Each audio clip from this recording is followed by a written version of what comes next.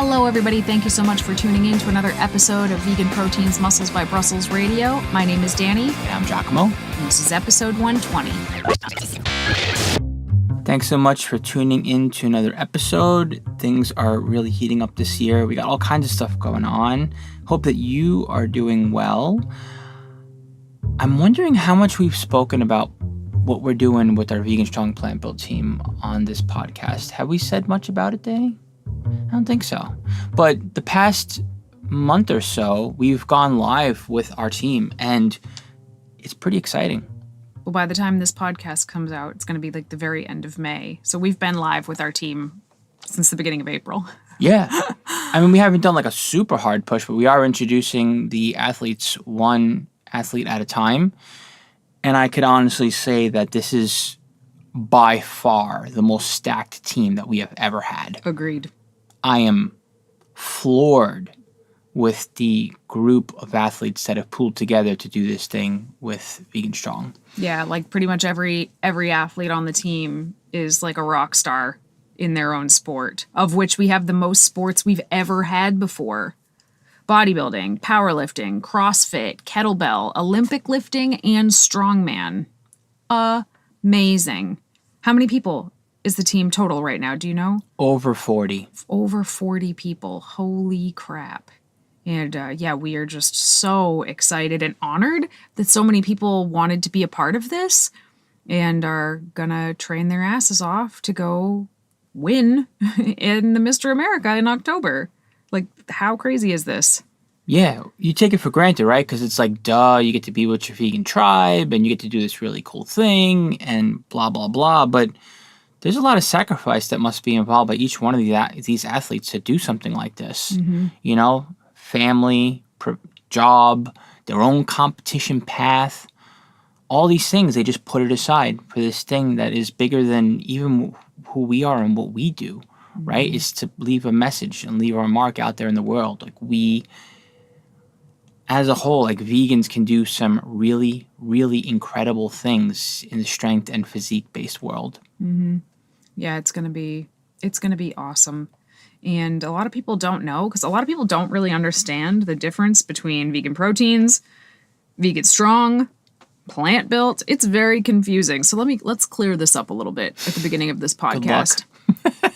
Good luck indeed. People confuse us with vegan bodybuilding, which is Robert Cheek's company. Anyway, vegan proteins, that's us. That's me and 𝐬𝐿𝐫. We have been in business since 2008. We coach athletes full-time. That's our job. That's what we do. We create this content for all you lovely people, but our actual main gig that we do is we coach vegans and have for a very long time.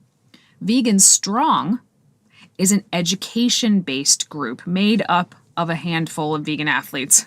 Me and 𝐬𝐿𝐫 are two of those athletes, Robert Cheek, Corinne Sutton, some others, and we travel the country going to different fitness expos talking to people about a vegan diet. That is what Vegan Strong does.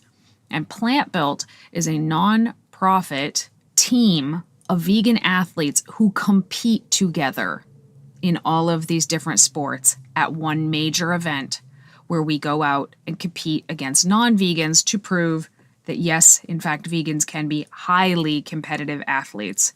Plant Built is a team that 𝐬𝐿𝐫 and I started in 2012. First year competing was 2013. And in the last 2 years, Plant Built and Vegan Strong have kind of come together to become one sort of mega thing. So now it's the Vegan Strong Plant Built team. But even though we are all separate entities, we all work very closely with one another. And 𝐬𝐿𝐫 and I are kind of founders of two and in the other one. So it's confusing, I understand. But we just have our hands in all things vegan fitness. Why not? I will say this. I don't think we'll have it up live yet, but what we're doing to be able to do this right and well in long term, we can't do it without funding. We can't do it without support. We just can't. So we are going to be putting a fundraiser out there. And when we do that, we'll be asking you for support. And in return, we'll be hooking you up with some ridiculous swag, like a cool limited edition graphic that one of our teammates designs every year. And the one this year is... And by graphic, he means on the t-shirt and or hoodie. Exactly. And a lot of other cool stuff is going to come along with that. And you get to be one of us, essentially. If you can't get there to Atlantic City to be a part of the action, this is the next best thing. And it's a way to make sure that we can continue to do this. But I would say, if you can come to Atlantic City on October 5th through 7th, I believe, this year to watch it in action, like, come. It is awesome. It is absolutely awesome. There's nothing more specific in the entire world when it comes to vegan athletes that are strength-based and physique-based. There is nothing more specific, nothing larger than life, more so than what we do together. And I'm... Nothing larger than life. Yeah, whatever. Oh, boy. I have not been known to be the most well-worded person, but I can promise you that we are going to bring it. And there is literally nothing else in the world like this. Yeah, it's the only thing like it. And it's something that we are very, very, very proud of, and proud that it continues to live on, even though it's like 10 years old at this point. Like, it's still interesting. It's more than 10 years old. It's growing. It's know. just out of control. I can't even know. imagine. I was talking to somebody in London when I was trying to connect more with them because the Birth Fest out there that we may go to one year. I don't know if I doubt it's going to be this year, but maybe. But long story short, there's another event out there, Danny, that's similar to this that we could actually go to that's similar to Mr. America. Like, bring our team to London. I got dreams. That's an expensive dream, my friend. You know what? That's an expensive dream. Talk to me in 2033 and we'll see what happens. We're going to keep working towards it. We're going to take over the world, vegans. Awesome, awesome. Well, I think this is a fitting introduction for what it is that we're talking about today, which is about how to build your circle of support in your life and why that is important and, how do you even go about doing it. And normally I show up to these podcasts with all of the research and lists and tips and tricks, but I don't have much for this one. Circle support building is not really my strongest suit. I usually am the circle of support for other people, but I'm not great at building one for myself. So I'm going to let 𝐬𝐿𝐾𝐿 kind of take the wheel on this particular podcast, which by the look on his face right now might be a mistake, but hey, we'll see. Because I think he's just better at this than I am. So, what say ye? Well, I think in a lot of ways I am closed off and I am a little bit of an island and just a kind of person who's like, it's just me, whatever. I'm not open with other people, but while I will say that I behave like that sometimes, I am also the first person to admit that I don't know everything, that I can't do whatever I want to do on my own, that I absolutely need to surround myself with other people who are both like-minded and not like-minded, but are looking to get something out of a working relationship with me and whatever it is that I'm doing. And I wholeheartedly believe in running in circles with others, because if you don't, you're going to limit your potential. There's just no two ways about it. No one can do it on their own. You can't. You can't go through life on your own. You're not going to get through it on your own, whether it's by choice or by force. So you might as well start to find people, and just, in my opinion, give them a little bit of your trust in the beginning, and then, hopefully they'll earn it long term, because you got to open up the door to others if you're going to build circles. And sometimes you get burnt, and rather than sit in regret, you find a way to learn from that experience, and you bring more people into your circle that are like that. And then you get better with building your own empire by having a network of all kinds of people. And you'd be surprised how relationships evolve and change and grow over time when you don't cut people off, when you don't burn bridges, when you don't be like, well, that was a disaster, I'll never do that again. Now I can't trust the next person like this. You know what I mean? It's like, okay, so you had somebody that you had a rapport with and you built a relationship with, and you didn't get out of what you needed out of that relationship with somebody in one of your circles, right? Your circle's no longer stronger. In some ways it's weaker. Okay, well, what did you learn from that person? Go find something else. Go find someone that you can work with, and then you grow. And you know what? Because you didn't cut that person off, or because you didn't have too much pride, maybe one day, 10 years from now, that person might be back in your circle. So, I am very much so the kind of person who is a self-starter and a do-it-on-your... I'm an entrepreneur. Jeez. Obviously, I like doing things on my own. But I am not for only doing things on my own or feeling like I need all the control in order to get something done. Quite frankly, Danny, there are a lot of times where I know I have absolutely no control and people want to give me control and I'm like, nope, I don't want it. You're in. What do you got for me? You know what I mean? And I feel like taking that kind of mindset and approach can sometimes bite you in the butt, but more often than not, eventually you wind up getting somewhere with people. And that's how you could start to learn how to develop your circles and strengthen your support. What do you got out of what I just said? A lot. Let's hear it. You did not want me to repeat that back to you, I don't think. But it's interesting. I think that when it comes to building a supportive community around yourself, I think before you even start to do that, I think it's important to kind of like assess where you're at right now. Like, what kind of support do you have right now? Who provides support to you? In what arenas do they provide support to you? Somebody who's supportive of you when it comes to your career might not be the same person who could be particularly supportive when it comes to, chatting about your relationship or money or domestic stuff that goes on in your life. Like, there's different areas that I think many of us need support in, and identifying where we're strong in that department and where we're weak, I think can be helpful.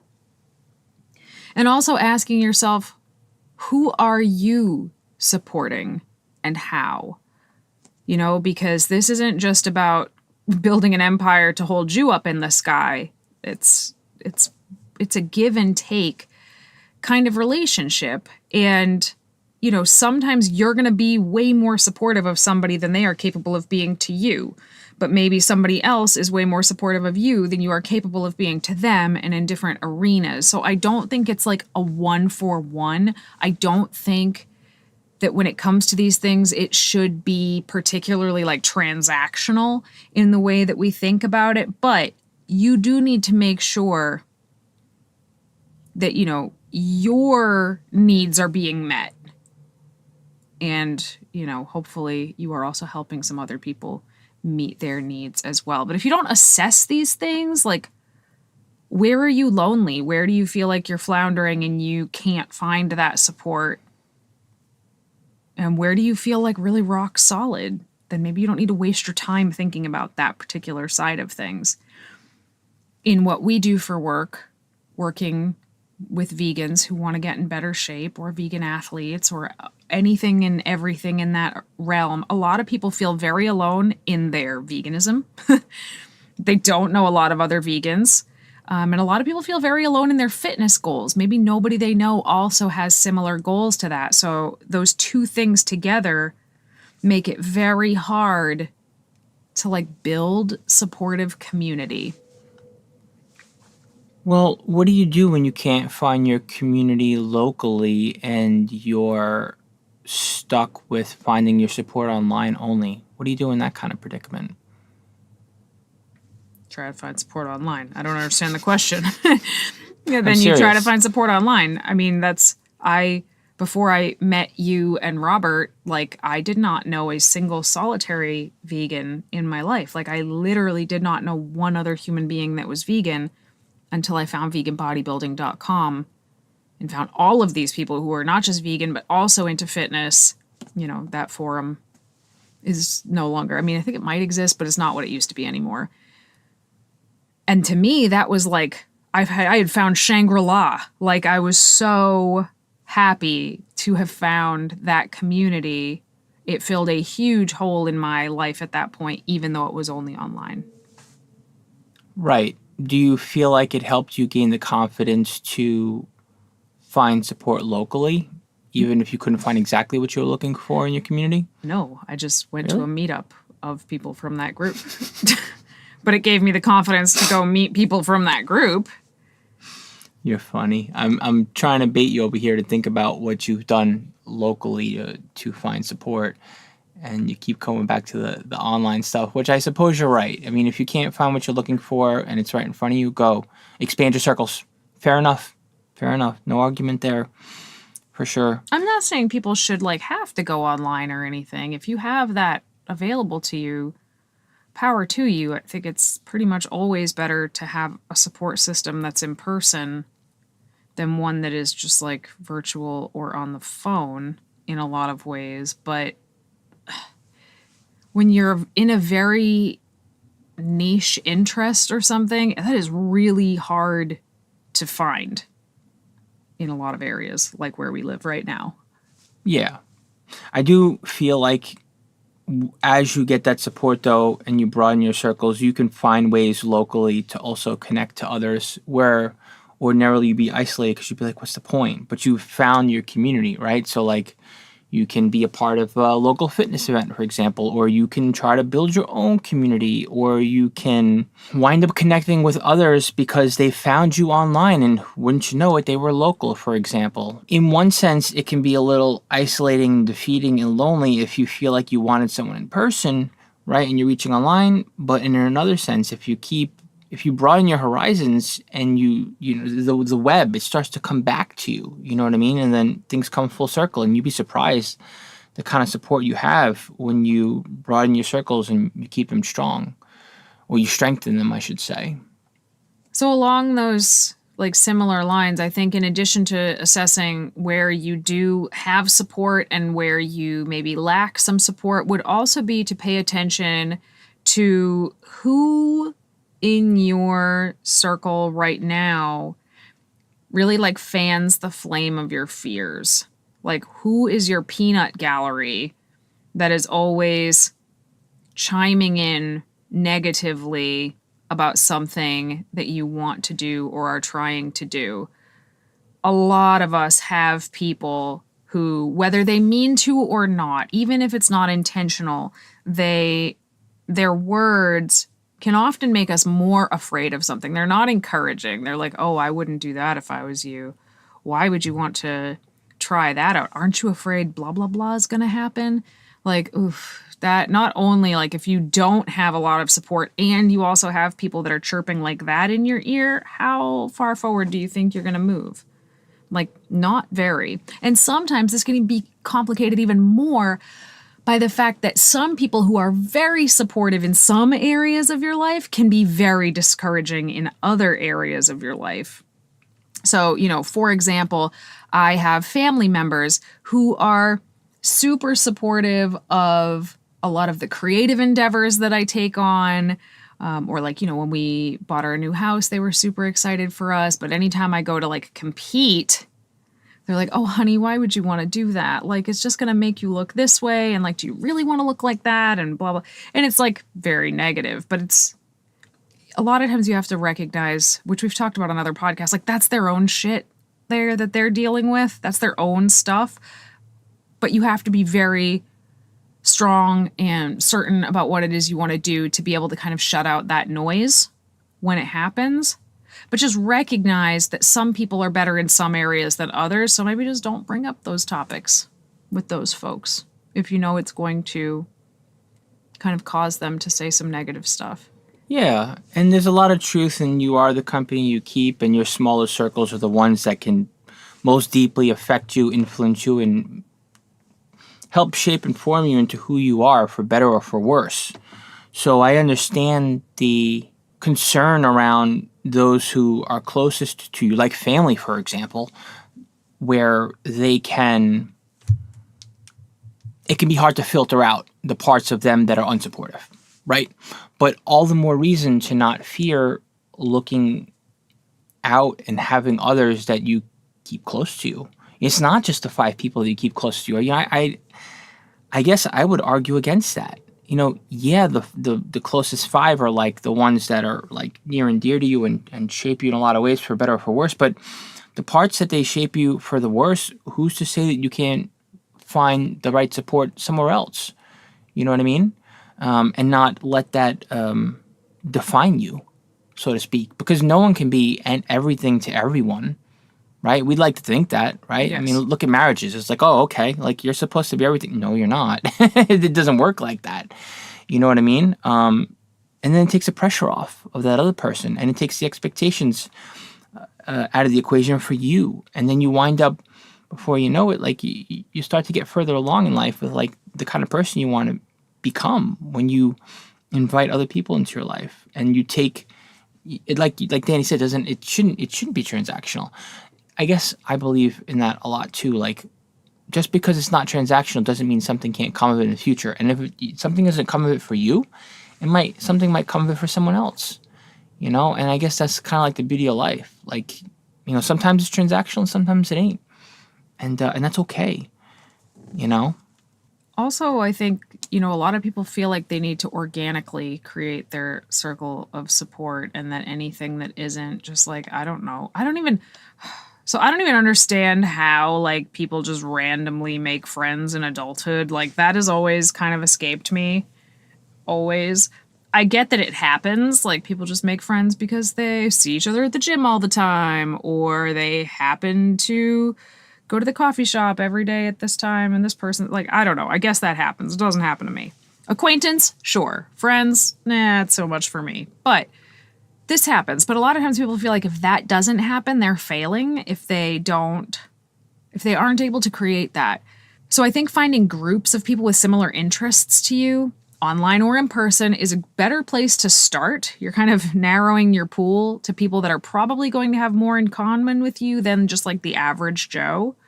So that's a good place to start. But I do not want to diminish the effect of paid help and paid support. So these are things like therapists, counselors, accountants, financial planners, lawyers, coaches, personal trainers, nutritionists, like all of these things. Yes, they cost money and there's a barrier to entry for sure. But depending on where you need support and how much support you need, you are really cutting out a lot of trial and error of finding success when you actually work with a professional in that arena. You know, therapy is a great example because we all think we should be able to like figure out our own mind, right? How many of us have just been like, no, it's my brain, it's my body. I don't need some stranger to tell me how to think or feel. And we spend, I don't know, 30 or 40 years feeling that way. And then we're like, you know what? Maybe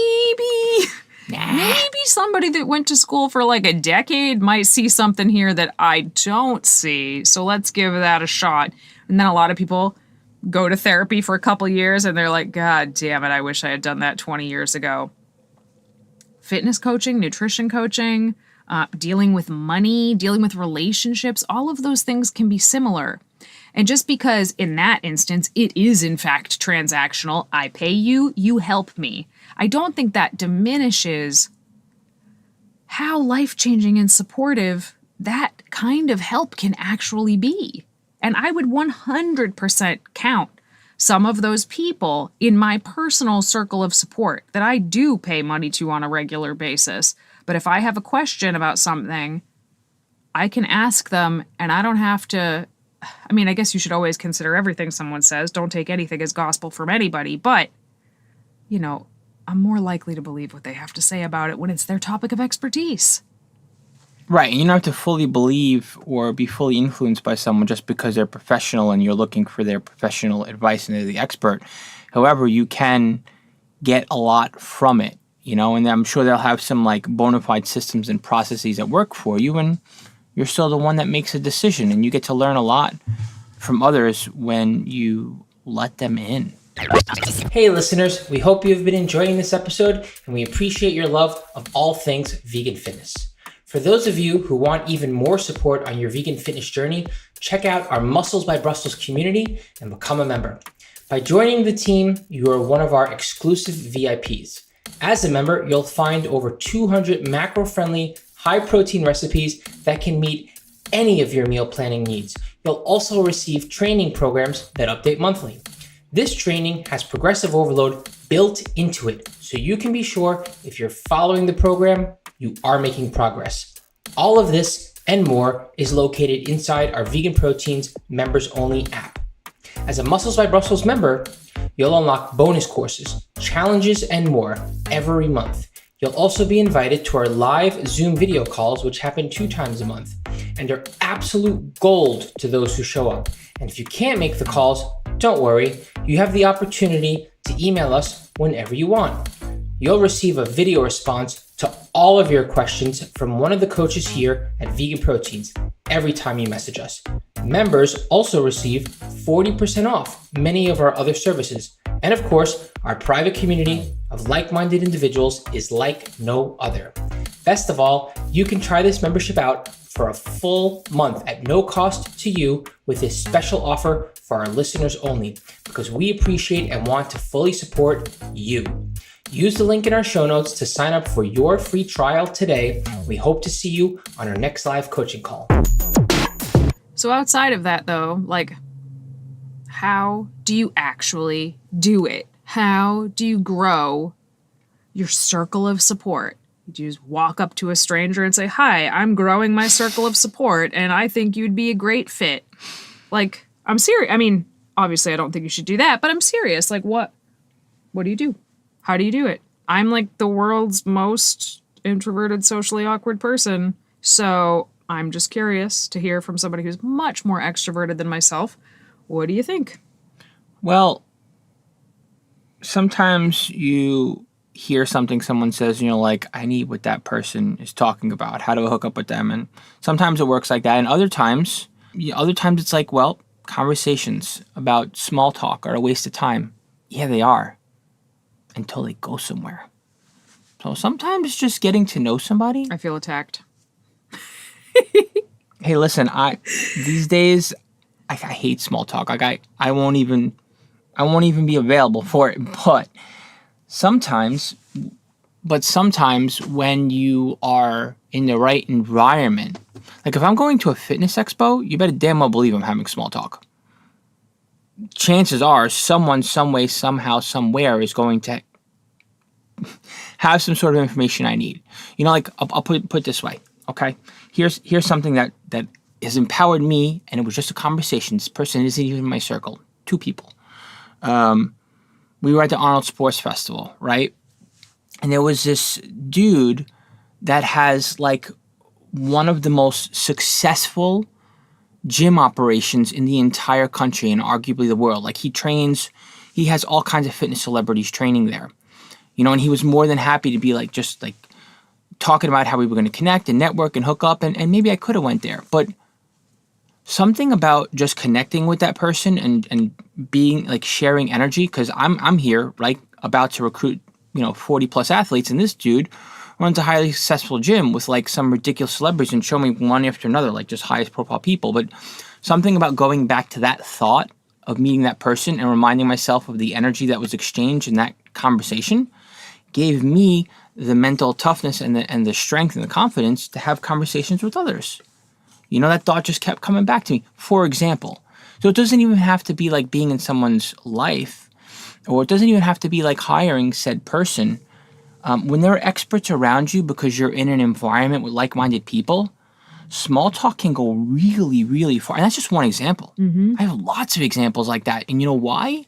Because I wasn't afraid to let someone bleed me dry, to like let me know all about them. Just, okay, what do you got for me? I want to know who you are. How'd they bleed you dry?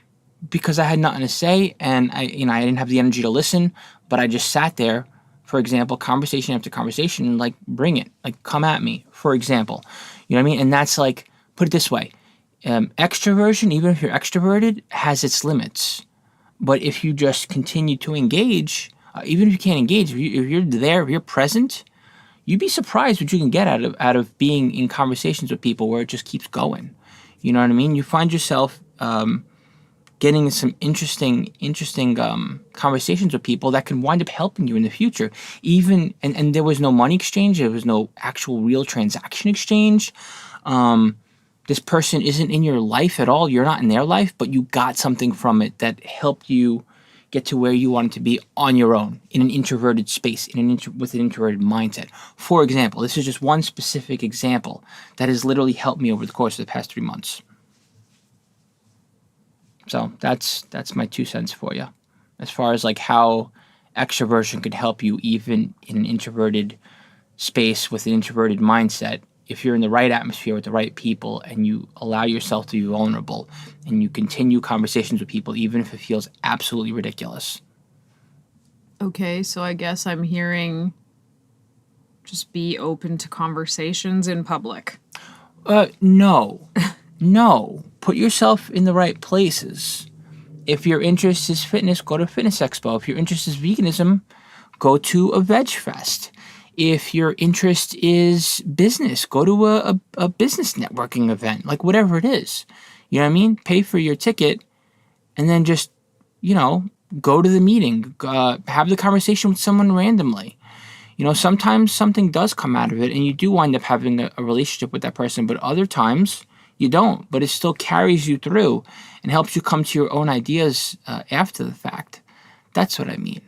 I think the small talk, like in public settings, that's where I kind of draw the line. Like, I don't really have time for this. But then again, you never know. Sometimes you do get wrapped up into good conversations with people. So yeah, just remember, there's all kinds of ways to strengthen your circles, to grow them.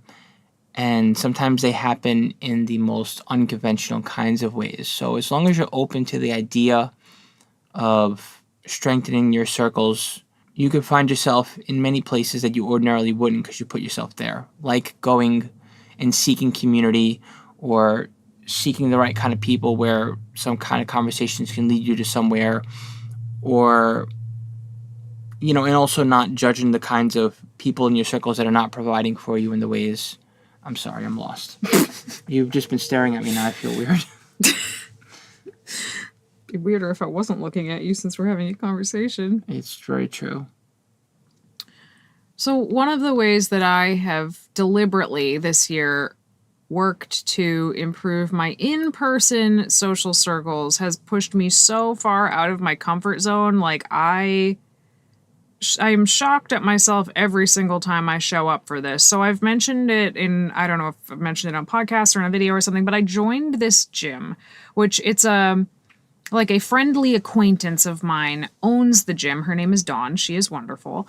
And it's a women's gym where there's a heavy focus on weightlifting, which is uncommon for women's gyms.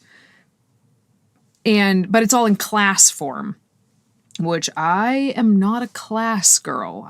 In all of my years training, I don't take classes. I teach classes on the cruise ship with the vegan cruise, but I don't take classes ever. So this has been so far outside of my comfort zone to go to these like weightlifting classes that are all women also, which I've never been in an all women's gym before. But hear me out. I didn't actually join this gym for the fitness aspect of it. I mean, that's fun and I like it and it's something different. So, I mean, I do get something out of these classes. It's not like I don't get anything out of them. It's just not what I would have chosen on my own. I joined the gym because I recognized that I was really lacking in-person community. And very specifically, I was lacking like female community. Basically ever since the kids came here. And I always feel more open to talk about this on the podcast than on YouTube for some reason. But ever since the kids came here back in June of 2022, which is now the second time that we've had them for an extended period of time, I have felt very alone because I am a deliberately child-free woman in a deliberately child-free marriage. So I have lots of feelings about that for myself. Like that was a deliberate choice that we made a long time ago that I feel very strongly about for us, who also now is in a mother role of 2 small children that I didn't birth, that I don't fit squarely into like a mother role, but that's what I'm doing. So I didn't quite feel like I fit in with like moms because, they're all like, oh my God, I love my kids. This was such a great choice. We made such great choices for our family. And it's like, I'm super happy for them. They are living the life that they planned, but that was not the life that I planned. But also now I'm that person who brings up the kids every 5 minutes, like, oh my God, you should have seen the adorable thing that Daisy did this morning, or Desmond's learning to do blah, blah, blah. And I recognize how annoying that is to a lot of people as somebody who's been child-free for so long. So I just feel like no matter which direction I go, I don't quite fit. And then you add to that this level of being a vegan, a woman who lifts weights, a business owner, and there's just all of these levels of like otherness that I keep feeling. And I have a wonderful network of friends that don't live any freaking where near me at all. They live all over the country. And I could always call them and chat, and I do, but it's not quite the same as having somebody right in person. So I thought, okay, this gym of women who are mostly moms, but some in not very traditional looking families that lift weights, and like Dawn herself is a business owner, like who's interested in fitness and at least respectful of veganism, even though she's not vegan herself. Like there was enough overlap here that I was like, maybe this will be a good community for me, is the point that I was trying to get to here. And sometimes you just have to do that. Sometimes you just have to like push yourself out of your comfort zone to try to find a place where you can feel like you belong and you have value to offer the group, where you can help. You have things you could share with the group, but also they have things to share with you. And sometimes that's advice or just an ear to bend while you vent. Or sometimes it's literal stuff even. You know, all of these moms that had kids older than Daisy and Desmond were like, oh, do you need anything? Because, like, I have stuff from when my kid was his age and he started playing baseball, and you can have his baseball stuff. And I was like, whoa. Like, it's not easy. I think especially if you're an introverted person, it's really, really hard. But much like when I met you and Robert way back in the day, that was way outside of my comfort zone. And it completely changed my life for the better, like significantly. You know, deliberately searching for these things, I think, can be helpful. And just in closing, well, there is that fear that it will destroy your introverted space. It doesn't have to, right? It doesn't have to. And sometimes it will be an energy suck for you when you're out and about with your people, like in fitness class, for example. And you might need to recharge from that, and there is a consequence to that, no doubt. However, it doesn't have to compromise who you are at your core. Okay, moving on to our question and answer segment. I have a friend who advocates for eating a carnivorous diet, saying that red meat, beef, lamb, doesn't really have any carbs, and that he can eat meat and be full for hours on end. I've never eaten meat in my life, and I've really never been super into nutrition. When speaking with him, I find myself slightly unmatched because he's studied this a lot and I haven't. He claims that there isn't any way to eat a vegan diet without a bunch of carbs. He admits that there are plenty of great sources of protein, but that those sources often are full of carbs and other things as well, causing the same blood sugar spikes and whatnot. I really don't know anything about this, but what would you say? He'd rather eat only meat than go vegan because he doesn't like the highs and lows of blood sugar, and apparently doesn't experience that at all when eating meat only.